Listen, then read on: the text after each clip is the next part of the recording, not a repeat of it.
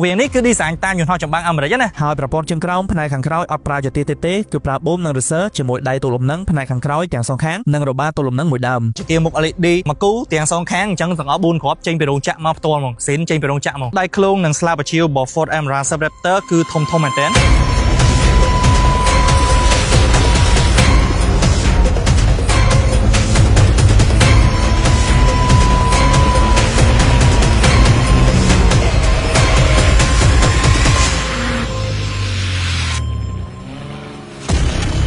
មានសូមបាទសេងឡងស្វាគមន៍មកកាន់វីដេអូថ្មីអញ្ចឹងនៅស្ដាំដៃខ្ញុំនេះគឺជា pick up ខ្នាតធំដ៏អំណាច Ford Emira Raptor ស៊េរីឆ្នាំ2025ដែលទើបតែបានចូលមកដល់ទីផ្សារប្រទេសកម្ពុជាយើងថ្មីប៉ុណ្ណោះហើយឥឡូវនេះគឺមានតម្លៃថ្មី$149,000សម្រាប់ស៊េរីឆ្នាំ2025ណាដែលទើបតែប្រកាសក្តៅនេះដែរអញ្ចឹងសម្រាប់ pick up មួយនេះគឺ Ford បានបំផុសគំនិតក្នុងការរចនាដោយយន្តហោះចម្បាំង F22 Raptor ហើយយើងនឹងកលេចទៅមើលលម្អិតពីលក្ខណៈពិសេសមួយចំនួនដែលជាភស្តុតាងបញ្ជាក់នៅពីក្រោយនៃការបំផុសគំនិតនេះចង់ប្រាប់បងប្អូនដែរថា F22 Raptor គឺជាយន្តហោះចម្បាំងអាមេរិកជំនាន់ទី5ដែលមានសមត្ថភាពខ្លាំងនៅលើដែនអាកាសដូចជាបច្ចេកវិទ្យាបំបាំងកាយល្បឿនលឿនមានភាពបត់បែនខ្លាំងនៅលើអាកាសនិងបច្ចេកវិទ្យាទំនើបជាច្រើនទៀតផ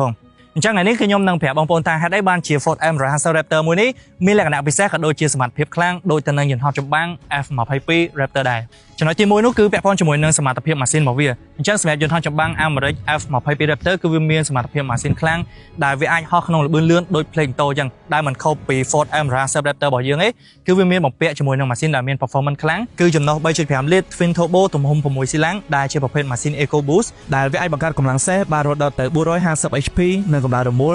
692 Nm ដែលវាខ្លាំងជាន់ហើបក្បាលមកដំណើរការដោយប្រអប់លេខអូតូ10វគ្គចូលលេខបានរលូននៅពេលដែលយើងជាន់គឺ smooth តែម្ដងប៉ុន្តែប៉ុណ្ណោះ Emira Raptor ក៏បានបំពាក់ជាមួយនឹងបំពង់ស៊ីម៉ាំងភ្លោះដែលយើងអាចកំណត់សម្លេងរោបានច្រើនប្រភេទធានាថាក្រហមរងំពេញចិត្តបងប្អូនតែម្ដងចំណុចទី2នោះគឺភាពបត់បែនខ្ពស់អញ្ចឹងពាក់ព័ន្ធជាមួយនឹង Ford Emira Raptor របស់យើងវាមានភាពបត់បែនខ្លាំងនៅលើផ្លូវគោកដោយសារតែវាមានបំពាក់ driving mode ឬក៏ប្រព័ន្ធគ្រប់គ្រងការបើកបរច្រើនមែនទែនសម្រាប់ទាំងការបើកបរនៅលើផ្លូវធម្មតានិងផ្លូវឧបសគ្គដូចជា normal មាន sport tow haul slippery Madrad Baja Mode និង Rock Roll ជាមួយនឹងមុខងារ Trail Control ដែលជាមុខងារ Cruise Control សម្រាប់ការបើកបរនៅលើផ្លូវ Off-road ដោយឡាននឹងលៃហ្វ្រាំងនិងហ្គេឲ្យយើងដោយស្វ័យប្រវត្តិសម្រាប់ការបើកនៅលើផ្លូវខ្សាច់ឬផ្លូវមានថ្មធំជាដើមចំណុចពិសេសមួយទៀតនោះគឺវាមានបំពាក់ជាមួយនឹងមុខងារ Trail Turn Assist ដែលជាមុខងារបង្ខិតមុំបត់នៅលើផ្ទៃដីដោយឡាននឹងចាប់ហ្វ្រាំងកង់ក្រោយមួយចំហៀងខាងក្នុងមុំបត់ដែលដើរតួដូចជាយុទ្ធការអញ្ចឹងដើម្បីជួយដល់ការបត់បែនរបស់ឡាននៅល្បឿនយឺតគេប្រើវានៅពេលដែល Off-road នៅល្បឿនក្រោម20 km ក្នុង1ម៉ោងអញ្ចឹងដើម្បីប្រើមុខងារនេះបានយើងត្រូវភ្ជាប់ទៅមុខងារ 4H ឬ 4L ជាមុនសិនហើយចូលទៅក្នុង menu នៅលើ touch screen និង select យកមុខងារ Trail Turn Assist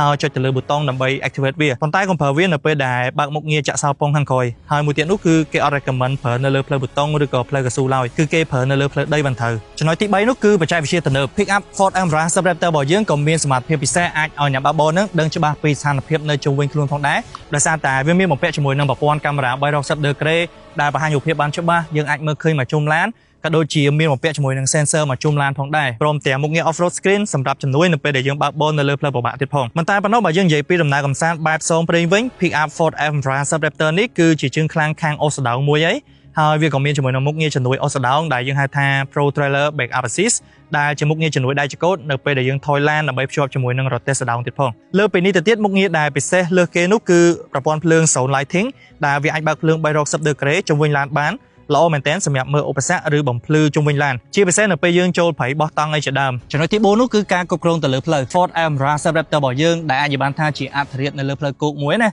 ទាំងការបើកបរនៅលើផ្លូវធម្មតាក៏ដូចជាផ្លូវ off-road ផងដែរដោយសារតែវាមានបំពាក់ជាមួយនឹងប្រព័ន្ធជើងក្រោមដ៏អស្ចារ្យអញ្ចឹងបូមមុខក្រោយរបស់វានឹងគឺជាប្រភេទ Fox Racing Shocks ទំហំ 3.1 អ៊ីងជាប្រភេទ Live Bypass ហើយបូមក្រោយគឺអត់ប្រើចាទៀសទៀតទេគឺប្រើជាមួយនឹងបូម Racer ជាមួយនឹងដៃឃ្លោងទាំងសងខាងតែម្ដងដែលវាផ្ដល់ឲ្យនៅកម្រិតផាសុខភាពខ្ពស់នៅក្នុងការបើកបរនៅលើផ្លូវធម្មតានិង off-road តែម្ដងប៉ុន្តែប៉ុណ្ណោះដៃឃ្លោងនិងស្លាបអាជីវរបស់ Ford Emira Raptor គឺធំមែនទែនស័ក្តិសមនឹងឈ្មោះ Raptor ជា pick up ខ្នាតធំដ៏អំណាចហើយថែមទាំងបានបំពាក់នៅសបកកង់ All-terrain Tire ទំហំ 37 អ៊ីងដែលជាប្រភេទកលាក្រោះជាកង់ off-road និងយ៉ាងកង់ទំហំ 17 អ៊ីងទៀតផងនិយាយរួមទៅគឺមិនញញើតផ្លូវឡើយលើពីនេះទៅទៀតតួឡានត្រូវបានស្រោបដោយអាលុយមីញ៉ូមដែលមានទម្ងន់ស្រាលប៉ុន្តែស្វិតធន់និងរឹងមាំហើយគ្រោងឡានជាប្រភេទដាច់ថែបដែលគេប្រើនៅក្នុងឧស្សាហកម្មយន្តហោះផ្ដល់ឲ្យនៅសុវត្ថិភាពខ្ពស់ទៀតផងចំណែកឯផ្នែកខាងក្រោមឡានវិញគឺមានបំពាក់ជាមួយនឹងបលាំងដាស់ការពារបាតឡាន5កន្លែងផ្សេងគ្នាកាន់តែផ្ដល់ឲ្យនៅសុវត្ថិភាពខ្ពស់នៅពេលបើកបរ off-road ចំណុចទី5នោះគឺយល់ដឹងពីស្ថានភាពមុន Ford Emira Raptor របស់យើងគឺវាមានភាពវៃឆ្លាត អាចដឹងពីស្ថានភាពទាំងនៅមុខឡានក៏ដូចជានៅខាងក្រោយនិយាយទៅគឺមកជុំឡានហ្មងដោយសារតែវាមានបំពាក់ជាមួយនឹងប្រព័ន្ធសុវត្ថិភាព Co-pilot by Roxup ដោយក្នុងនោះរួមមានទាំងប្រព័ន្ធចង្គៀងវៃឆ្លាតដែលអាចរេតាមចង្កូតនិងបែងចែកពន្លឺដោយស្វ័យប្រវត្តិងាយស្រួលមើលឃើញផ្លូវនិងឧបសគ្គនៅពេលយប់ប្រព័ន្ធផ្ដល់សញ្ញាគ្រោះថ្នាក់នៅពេលដែលមានឧបសគ្គឬអ្នកថ្មើរជើងឆ្លងកាត់និងប្រព័ន្ធចាប់ហ្វ្រាំងជាបន្ទាន់ដោយស្វ័យប្រវត្តិប្រព័ន្ធជំនួយទៅលើដៃចង្កូតបញ្ជាចេញពីគ្រោះថ្នាក់ប្រព័ន្ធចាប់ហ្វ្រាំងបន្ទាន់ក្រោយពេលមានការប៉ះទង្គិចប្រព័ន្ធផ្ដល់សញ្ញាគ្រោះថ្នាក់និងប្រព័ន្ធចាប់ហ្វ្រាំងជាបន្ទាន់ដោយស្វ័យប្រវត្តិពេលថយក្រោយព្រមទាំងប្រព័ន្ធឆ្លាតវៃជាច្រើនផ្សេងទៀតផងដែរអូខេបងប្អូនអញ្ចឹងចង់មកនិយាយពីការ design រូបរាងផ្នែកខាងក្រៅតិចរូបរាងនេះគឺ design តាមយន្តហោះចម្បាំងអាមេរិកណា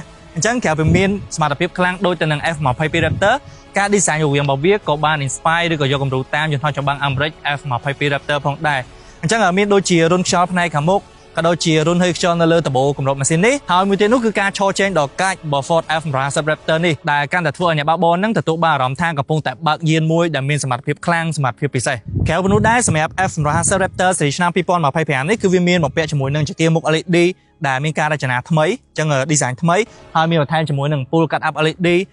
មកគូទាំងសងខាងអញ្ចឹងទាំងអស់4គ្រាប់ចេញពីរោងចក្រមកផ្ទាល់ហ្មងស៊ីនចេញពីរោងចក្រហ្មងអញ្ចឹងបងប្អូនអត់ចាំបាច់ពិបាកទៅបន្ថែមនៅខាងក្រៅទេគឺមកមានមកស្រាប់ហើយចំណុចមួយទៀតដែលខ្ញុំអត់អាចចោលបានគឺអំពូល LED 3គ្រាប់នៅលើនេះចេញពណ៌ភ្លើងពណ៌ទឹកក្រូចណាដែលមិនត្រឹមតែរំលេចនៅសម្រស់ដ៏កាចរបស់ Ford F-150 Raptor ទេប៉ុន្តែវាក៏ត្រូវតាមស្តង់ដារសុវត្ថិភាពរបស់សហរដ្ឋអាមេរិកផងដែរព្រោះថាកាលណាឡានដែលមានទំហំទទឹងលើសពី2ម៉ែត្រឡើងទៅគឺតម្រូវឲ្យមានបំពាក់ជាមួយនឹងអំពូល LED បែបនេះដើម្បីជាសុវត្ថិភាពអញ្ចឹងណាចំណុចពិសេសមួយទៀតដែលមិនអាចរំលងបានគឺក្រែដឹករបស់ F-150 Raptor ដែលវាមានសមត្ថភាពដឹកបានច្រើនអស់ស្តោងបានធ្ងន់ហើយមានក្រែដឹកទំនើបទៀតព្រោះយើងអាចចុចបញ្ជាបើកអូតូពី Smart Key បានហើយទ្វារក្រែដឹករបស់វាហ្នឹងគឺមានម៉ែត្រក្រិតមានបន្លោះចាប់តាគៀបនិងផ្នែកសម្រាប់ដាក់ឧបករណ៍ផ្សេងៗដែលវាល្អមែនទែនសម្រាប់បងប្អូនដែលជាអ្នកធ្វើ DIY ហើយថែមទាំងមានចដាឡើងចុះងាយស្រួលដោះដាក់ហើយនៅពេលដែលចាប់ការងារអស់ហើយយើងគ្រាន់តែរុញឡើងបន្តិចទ្វារក្រែដឹកនេះវានឹងឡើងអូតូទៀតមែនទែនបន្ថែមពីនឹងទៀតវាមានមុខងារពិសេសមួយទៀតគឺបញ្ជាប្រឆេះម៉ាស៊ីនពីចម្ងាយបានផងដែរតាមរយៈ Smart Key របស់វាអូខេអញ្ចឹងចូលមកដល់ផ្នែកខាងក្នុងរបស់ Ford F-150 Raptor ថ្មីនេះគឺធំទូលាយល្អមែនទែនស្រឡះល្អដោយសារតែវាជាប្រភេទ pick up ខ្នាតធំអញ្ចឹងខាងក្នុងគឺទូលាយការ design ការរៀបចំគឺបានស្អាតប្រណិតហើយក៏ទំនើបដែរមួយទៀតនោះនៅពេលដែលយើងចូលមកដល់ក្នុងកាប៊ីនភ្លាមយើងចុចប្រឆេះម៉ាស៊ីនឡានដៃចង្កូតនិងកៅអីគឺវានឹងរំកិលទៅទីតាំងដែលយើងបានកំណត់ណាដោយសារតែវាមានជាមួយនឹងមុខងារ memory ដែរអញ្ចឹងអានេះគឺទំនើបវាល្អមែនទែនហើយអីដែលខ្ញុំចាប់អារម្មណ៍មួយទៀតនោះគឺពាក់ព័ន្ធជាមួយនឹងកៅអីរបស់វាគឺ material គឺអីហ្នឹងគឺគុណភាពខ្ពស់មែនទែនយើងអង្គុយទៅគឺ comfort វាទន់ល្អហើយយើងអាចចុចសេរីអូតូបានទាំងសងខាងក៏ដូចជាមានមុខងារក្តៅត្រជាក់ទាំងសងខាងផងដែរនិយាយទៅគឺធានាថាផ្ដល់កម្រិត comfort ខ្ពស់មិនថាយើងជិះផ្លូវចិត្តឬក៏ផ្លូវឆ្ងាយទេហើយខ្ញុំពេញចិត្តជាមួយនឹងដបូកញ្ចក់ធំផ្នែកខាងលើនេះយើងអាចបើកទាំងរនាំងរបស់វាបានហើយក៏អាចបើកដបូកញ្ចក់របស់វានេះបានដែរនិយាយទៅគឺល្អមែនទែនចូលមកគឺមានអារម្មណ៍ថាវា relax ហើយស្រឡះចំណុចដែលខ្ញុំចាប់អារម្មណ៍មួយទៀតគឺពាក់ព័ន្ធជាមួយនឹងចង្កឹះលេខ electronic របស់វាមួយនេះអញ្ចឹងគឺវាពិសេសមែនទែនដោយសារតែយើងអាចចុចប្លឹកវាចូលទៅបាននៅពេលដែលយើងចុចទៅគឺវាអាចលឹបរៀបស្មើជាមួយនឹង console ផ្នែកកណ្ដាលបានអញ្ចឹងនៅពេលដែលយើងចុចប្លឹកវាហើយគឺយើងអាចកាច់កន្លែងដាក់ដៃផ្នែកកណ្ដាលនេះដើម្បីធ្វើជាតុបានអញ្ចឹងកន្លែងនេះយើងចង់ញ៉ាំអីនៅនេះក៏បានឬក៏យើងដាក់ laptop ដើម្បីធ្វើការក៏បានដែរអញ្ចឹងបើសិនជាយើងធ្វើការជាមួយនឹង laptop ដាក់នៅនេះនៅពេលដែលអស់ថ្មអស់អីក៏មានជាមួយនឹងរុន AC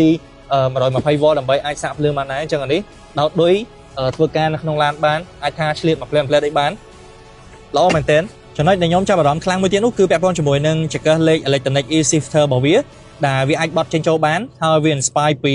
gear របស់យន្តហោះ F-22 Raptor ណាកន្លែងនេះគឺលយខ្លាំងមែនទែនបន្ថែមពីនឹងទៀតវាក៏មានបំពាក់ជាមួយនឹងកុងទ័របាញ់លើកញ្ចក់ head up display ដែលវាបង្ហាញព័ត៌មានបានច្បាស់ងាយស្រួលមើលមែនទែនអញ្ចឹងនៅពេលដែលយើងបើកបោអីយើងអត់ចាំបាច់ដកភ្នែកចេញពីផ្លូវទេយើងអាចមើលតែផ្លូវទៅក៏ឃើញកុងទ័ររបស់យើងដែរហើយក៏មានជាមួយនឹងអេក្រង់កំសាន្ត touch screen ទំហំ12អ៊ីងយើងអាចចូលជាមួយនឹង Apple CarPlay Android Auto បានអត់ចាំបាច់ប្រើខ្សែទេgraphic បង្ហាញមកគឺច្បាស់ល្អមែនទែនហើយបន្ថែមពីនឹងក៏មានជាមួយនឹង wireless charge ផងដែរហើយមួយទៀតនោះគឺពាក់ព័ន្ធជាមួយនឹង tab low របស់វាគឺប្រភេទស្បែកហ្មងគុណភាពគឺខ្ពស់មែនទែនមាន highlight ជាមួយនឹងធ្នែកដេរពណ៌ក្រហមហើយសូម្បីតែនៅលើដៃចង្កូតរបស់វានេះក៏មានជាមួយនឹងធ្នែកដេរពណ៌ក្រហមផងដែរអញ្ចឹងនៅលើដៃចង្កូតនេះដដែលអីដែលខ្ញុំចាប់អារម្មណ៍ខ្លាំងនោះគឺ pedal shift គឺយើងអាចប្រើជាមួយនឹងលេខដៃបាននៅលើនេះយំទៅគឺគុណភាពខ្ពស់មែនទែនផ្ទះចូលទៅគឺទទួលបានអារម្មណ៍ថា excited មែនទែនចំណុចពិសេសមួយទៀតនោះគឺប៊ូតុងនៅលើដៃចង្កូតចំនួន3នេះគឺទី1គឺប៊ូតុងដៃចង្កូតដែលយើងអាចសេរី feel នៅលើដៃចង្កូតនេះបានមាន normal ហើយមានជាមួយនឹង comfort និង sport ផងដែរហើយពាក់ព័ន្ធជាមួយនឹងប្រព័ន្ធបូមគឺយើងអាចសេរី normal បានសេរី sport បានក៏ដូចជា off road ផងដែរនិងចំណុចពិសេសដែលខ្ញុំបានបង្ហើបមកពីដើមគឺពាក់ព័ន្ធជាមួយនឹងពងស៊ីម៉ាំងរបស់វាគឺយើងអាចសេរីសំឡេងកំបានណាអញ្ចឹងមានទី1មាន quiet ទី ទី2មាន normal ទី3មាន sport និងទី4គឺមានបាយហាដែលជា mode កំហឹមជាងគេនៅលើនេះ